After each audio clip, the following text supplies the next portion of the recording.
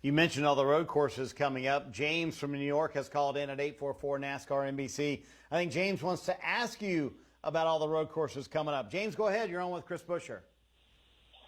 Hey, Chris. I wanted to ask you, after your runner-up finish at Sonoma yesterday, as well as your teammate Brad Keselowski finishing 10th, what have you guys learned, and the RFK organization as well learned for Road America coming up in July? And do you think that could help you get a win going into Road America as well as your teammate Brad Keselowski?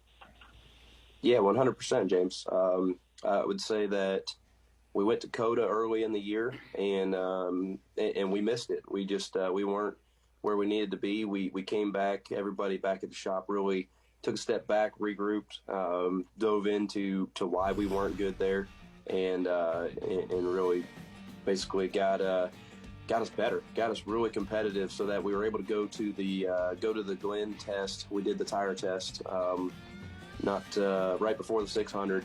We learned a lot coming out of there and had a lot of speed there. Obviously, you're only comparing to two other cars, but we came out of there feeling really confident that we had learned a lot about road racing across the board. And Sonoma is its own animal, right? It's really slow, really abrasive on tires. It's very technical. It's completely different than Watkins Glen, but a lot of what we learned at the Glen test actually did carry over, and because of that, we feel really strongly that it'll continue to carry over towards Road America and towards Indy Road Course. And I know the Roval's a ways away, but I think that a lot of what we have figured out is going to apply to each and every road course we have coming up. It's cool for us to watch. Well, Chris, we have James on the phone. What question do you have, James? Hey, Chris. Congratulations on your win. I wanted to ask, after finishing third at Richmond, another short track, what did you learn going into Bristol that helped contribute to your win on Saturday night? Yeah, James, I appreciate the question. I think it probably started farther back than that. It was Dover. Dover was our first pole, but also it was really a turning point in our season of finding some things that worked well for our race cars, what I needed to find for a feel underneath this next-gen platform. And I think we were able to take that and apply it to a lot of short tracks going forward. Richmond ended up being the most recent success story out of it, but I think that Richmond has been a place where I've really struggled in the past and went in there with high hopes, but a little lower expectations, and we were able to really overcome the expectations that I guess I had set going in. So that was a really special weekend for us, and to be battling for it. I think between that and Sonoma, that kind of goes into the idea that you have to lose a few or you have to lose one before you can win one, and those are the ones we go back and think about how we could have been a little bit better, how we could execute a little bit smoother. It's so hard to win in this series, right? There's 19 different winners now, and to put all that together to turn it into a win, you have to do everything right, because if you don't, somebody else will, and they're going to take advantage of it. So it's tough. The competition level is really high, and to get the job done, you have to be flawless in every department. And so that was a lot of what we took away from those other races is, we missed a little bit here, could have done a little cleaner job here. How do we improve on that? And it's a little easier going into Bristol because I absolutely love that racetrack. I've had really good races there through my entire career. We were talking about it leading up to the race on Thursday. Scott and I were together in 2015 on the Xfinity side and watched an Xfinity win slip through our fingertips on a green-white checker and had a pretty big stutter on fuel, and still haunts us to this day, or did until about 2 days. Let's stay on the lines and talk to James in New York. James, welcome to NASCAR American Motor Mouths. Hey, Michael. How you doing today? I'm doing great. How are you, James? I'm doing good. So my question is, after scoring 2 top 10s in the Daytona 500 and at Talladega, which are two similarly tracks, as well as Watkins Glen yesterday on the road course, what have you and the 34 team learned going into Daytona once again for the regular season finale next weekend? Well, I mean, the good thing is we know what we have to do, right? We don't have to worry about stage points. We don't have to worry about anything like that. We just got to try to win the race. So, really it's about taking that approach, being aggressive with the strategy, making sure we're working, with our Ford teammates across the board, And we've seen these races really come down to executing that final, green flag stop and making sure that you do that well and you're playing that right. And so I think that these races really come down to track position.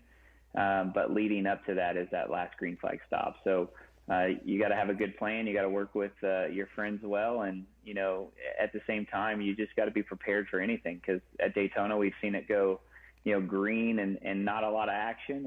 And we've seen it be 3 wide the entire race and really challenging with a lot of wrecks. So I'm just going to do the same thing I've always done there. And that seems to work for me. Statistically, a lot of top 10s there and being in position at the end. And I can't really put a pinpoint on why that is, but I just kind of do my thing there and it seems to work out. James in New York, you're on with Chase Briscoe. Go ahead, bud. Hey, Chase. How you doing today? Hey, man, how are you? Good. I'm doing good. I wanted to ask, since you won at Darlington in the Xfinity Series in 2020, what have you learned going into your very first NASCAR Cup Series playoff race at Darlington this weekend? Yeah, that's a good question. I think for me, just how to manage your stuff there. I feel like I always have a lot of short run speed. In the Xfinity car, it didn't necessarily hurt you as much because the runs were a lot shorter, but the Cup car, the runs and just the amount of laps you have to run on a set of tires seem to be a lot longer. And I always think I'm hauling the nail, the first 20, 25 laps of a run, and then 40 laps into it, everybody's driving back by me. So I think, just with the Cup races being a lot longer green flag runs, I feel like I've got enough of a notebook now from the Xfinity stuff and even the couple Cup races I've ran, just to understand that balance of how hard to run at the beginning of the run versus trying to save your stuff for the end of the run. And, that's a hard balance to have because track position is so important. Restarts, you have to go, you have to run 100%. But then once you get spread out, you can kind of start maintaining and saving your stuff. And there's not a lot of racetracks we go to where that even comes into play anymore, but Darlington is definitely one of them. And that's something that I feel like until you have that experience there, it's hard to tell yourself, hey, this is the pace I need to run, where you see guys that are successful at Darlington, they're not always the fastest at the beginning of the run. Denny Hamlin isn't pulling away by 5 seconds the first 20 laps of a run, but the last 20 to 30 laps of the run, he's normally way faster than everybody else. So trying to just look at what those guys are doing and how I can try to mimic that the best I can and, not get so caught up in having speed at the front of the run, but really trying to manage it for the end. Got a couple folks who have called in at 844 NASCAR NBC to chat with you. James in New York has a question for you. James, go ahead. You're on with Eric Jones. Hey, how you doing there, Eric? I'm good. All right. I wanted to ask, since you won at Dover for the Xfinity Series with Joe Gibbs Racing in 2016 and coming off your strong run at Talladega, does that give you more confidence going into Dover next weekend as well as the 2022 season? Well, I think a bit. Like I mentioned, Dover's just been a hit or miss track for me, and I felt like the Xfinity race there we won a while back, I felt like I really had it figured out and figured out what I needed to do. And from that race, I've really changed my approach, my driving style a lot to Dover. I think some of the things I was doing that day probably weren't right totally on my end. We just had a pretty good car and ended up in a good spot at the end of the race and took advantage of it. And then the Cup cars too are just a lot different compared to the Xfinity cars then. So I think maybe this car will relate to that a little bit more with the throttle time that you're carrying, or at least it seems like we're going to be carrying. But, for sure, just the confidence and the momentum off of Talladega is great. We've been having a couple of hit or miss races, just having issues and things not go the way we wanted it to. So just nice to have a good finish, get some points back going our way again, and hopefully get that same thing going. We just need to stockpile some points. We're so close to that playoff mark right now. You don't want to put yourself in a spot where you lose a big chunk in 1 week. So it's nice. Hopefully we can just gain a lot of points here over the next month or so. James in New York. James, you're on with Ricky Stenhouse Jr. Go ahead. Hey, how you doing there, Ricky? Good. How are you? Doing pretty good. I wanted to ask, after your second place finish at Dover, what have you learned going into Darlington this weekend, which is a track similar to Dover? Yeah, the high speeds and high banking is definitely, lend yourself to, I guess the same philosophy of a setup. We're definitely going to have some differences in setup, but, for us, it's just, trying to get something close. And, I got some simulator work I got to do tomorrow. And, hopefully we can get that dialed in. We felt like we had a really good simulator test before we went to Dover, and you got to start close in practice. You only got 15 minutes before you got to go qualify, and that's kind of the key to a successful weekend is unloading where you need to be. So that sim session I have tomorrow is going to be important, but it'll be we got some good notes from Dover. Well, Denny, as you know, another short track in Virginia coming up is Martinsville. And this is a show for the fans, NASCAR American Motor Mouths. And I think we've got James on the line who'd like to ask you about Martinsville. James, go ahead with your question for Denny Hamlin. All right. I wanted to ask, after your win yesterday at Richmond once again, does that give you and your teammates at Joe Gibbs Racing more confidence going into Martinsville at Virginia once again next weekend? Well, one thing's for sure is that we were short on confidence after Phoenix, and that's a track that the closest correlation that we could bring to Richmond, which is kind of sad to say because they are so actually different. But that's how we set up our cars. We use a datum point of saying, okay, that let's say we ran good at Phoenix. We go to Richmond, our setups should be this much different. Well, we all ran like crap at Phoenix, so we had no information to go off of. So we had to guess at Richmond. The guess was right, and now when we go back to tracks like that, we should have a point of reference. Martinsville, maybe the closest thing that we have to draw is from the Clash. I would say none of us were good there, so we're gonna have to guess again. That's why I was saying that. That's why I'm saying it would not surprise me if we win or run 15th. It's until we establish a good point on those types of tracks, it's just going to be a crapshoot. Got a couple of phone calls for you, if that's cool. James is on the line. James, you're on with Kurt Busch. Go ahead. Hey, how you doing today, Kurt? Doing great, James. All right. I have a couple of quick questions for you. With 2 races left with Chip Ganassi in NASCAR, what has been your favorite memory racing for him? And have you ever hinted about racing for Chip again in the Indy 500 again someday? Those are 2 awesome questions. I mean, my favorite memory, it's not even racing related, but of course, winning at Kentucky, winning at Vegas, we got Atlanta for Gear Wrench. My favorite memory was, hey, meet me for dinner. It's our first time in Daytona Beach together, and the Daytona 500 is in a couple days, and I'm all dressed up, ready to go. He sends me an address. It's a strip mall sushi joint behind a gas station next to the racetrack. And I'm dressed with a jacket on, ready to go to dinner. And there we are, just hanging out at a sushi joint. I'm like, whoa, all right, Chip. And then, one of the reasons why I signed on to race for Chip was the chance at sports cars, IndyCar, his extreme SUV team. He's involved in all facets of motorsports. And so the door's still open. I still see it as an opportunity later to run, but more probably on the sports car side, doing like 24 hours of Le Mans or going to different spots around the world and using that connection and that juice to find a good competitive car. Cool. Sounds like good stuff, and that sounds very Chip-esque for that restaurant, by the way. So that sounds kind of like him now that you know him a little bit better. So. All right, AJ, I think we have a fan calling. James, you have a question for AJ? Yeah, I just wanted to ask, with practice and qualifying for the race on the road course in Texas, what were some of the similarities and the differences that you learned over in COTA that could carry over to Sonoma in a couple of weeks?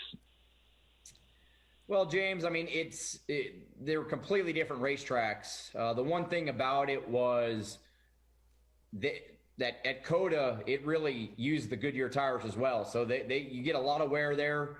You really have to fight wheel spin and kind of lose a lot of lap time throughout the course of a run. So that's similar to Sonoma, and the way those races play out, you can really burn the rear tires up very quick there at Sonoma. So that's some of the stuff that you learn of maybe in the setup of okay, this works to save the rear tires. We can apply that to Sonoma.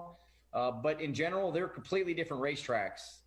COTA is unique because it's got some really high-speed section through the S's, and on the backside of the racetrack, you had some really slow first-gear corners. Sonoma's all kind of medium to low-speed corners. So different setups, but definitely how a driver used the rear tires and what you did setup wise to maybe save those rear tires a little bit better than the next team will definitely help at Sonoma.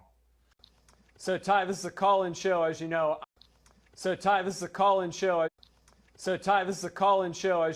don't know if the questions will get any easier from fans, but that is where we're going next with some questions for you on NASCAR America Motor Mouth, and we're going to get started with James is on the line. James, go ahead with your question for Ty Norris.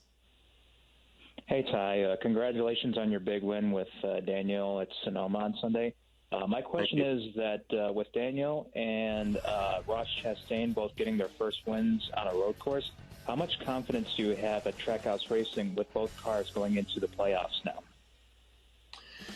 Well, great question. Thanks for calling in. But, you know, we have two things. We continue to say we got to stay hungry and we have to stay humble. And so when we start thinking playoffs and talking playoffs, we're going to lose sight of these next 10 weeks that we need to sort of continue to prepare for a run. And we've had a lot of success. Honestly, when we went to our first test in December at Charlotte Motor Speedway, they ran a 10-lap race, and Ross was in the car, and I thought we had the wrong engine spacer on it. He was so much faster. He was so fast, and it was sort of remarkable. And then the next time Daniel got in the car, the same thing happened, and we were just like, wow, we actually really have something here. We have something very special here. And then when we went to the road course at COTA, we saw both cars were very capable. Both drivers are exceptionally talented.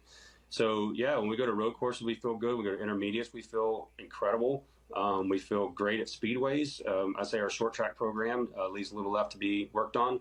But yeah, I feel like when you look at the races, the first few races in the playoffs, we've had some success at all three of the first round tracks, and it gives us confidence to go there to at least be relevant and competitive. And as you know, these races play out in odd ways, fuel mileage, restarts, or whatever. So you know, nothing could be predicted, but I certainly think we'll be competitive. Well, a lot of questions about Talladega, Christopher. I think we've got one on the line for you as well. NASCAR America Motor Mouths welcomes James. James, you're on with Christopher Bell. Hey, Christopher. How you doing today? Hey, James. Hey, how's it going? I wanted to ask you, since your 2 Cup wins came on 2 distinctively different tracks, what have you learned going into Talladega that could help you win your first super speedway race? Yeah, so, you know, one thing that I think I've learned across my 2 wins is just being there at the end of the races, both at Daytona Road Course and at Loudon. I did not dominate the race by any means, and you know, that was a big reason of why I was able to win, was just being the best at the right moment and surviving, getting to the end of the race, and having the best car at the end of the race. So with that being said, you know, I can take that mentality going into Talladega, but unfortunately everybody already knows that, right? So the biggest thing is going to be making sure that you see the checkered flag, and whenever the white flag flies, you still got to make sure you got another 2.5 miles in you. So we all know how the speedway races are, and seeing the end of those things are extremely difficult. We're going to be part of that distraction. We're going to steal his driver on Thursday. Yeah, and sit down with like all of them. But then I'm done with him, Adam. You can have him back starting Friday morning. I won't bother your driver anymore. All right. Adam, let's grab a phone call here at 844 NASCAR NBC. James from New York. You're on with Adam Stevens. Go ahead, James. Hey, Adam. Just want to say congratulations on your win. And I just wanted to ask, what was your initial reaction, as well as Christopher Bell's reaction, to Ross Chastain's incredible drive in turns 3 and 4 on the last lap at Martinsville yesterday? Well, you know what? It still hasn't even sunk in for me. I have never in my life seen a more gutsy move than what he did. And it's one thing to have the thought to make that move, but to make your physical body shift to 5th and mash the gas when you've been shifting to 3rd and mashing the brake, when you see that wall coming at you, I can't imagine the conversation he had with himself going down the backstretch to make that happen. Just amazing. And when I first saw the clip, I think it might have been on the big screen or it might have been on my phone. And I'm like, well, of course it looks impressive when they play it double time. I mean, it looks like he's going fast. I mean, big deal, right? And then I'm like, no, that's real time, and I still can't believe it. I've looked at the SMT data 10 times and shown everybody that's come to my office to congratulate us on the win, and it's just amazing. Yeah, it was definitely a hold your breath moment. All right, man, we got another caller. James, start talking, man. Tell us what you need. All right, Tyler, great job last night. I still feel bad for you after the spin, but my question is, after scoring 3 top 5s at 3 different tracks, Phoenix, COTA, and then the dirt track at Bristol, does that give you and your crew chief, Randall Burnett, a lot of confidence going into Talladega Superspeedway next Sunday? Well, I don't know. I guess not. Just because Talladega is such a monster in its own right. You can do everything right and still find yourself sitting 36th at the end of the day.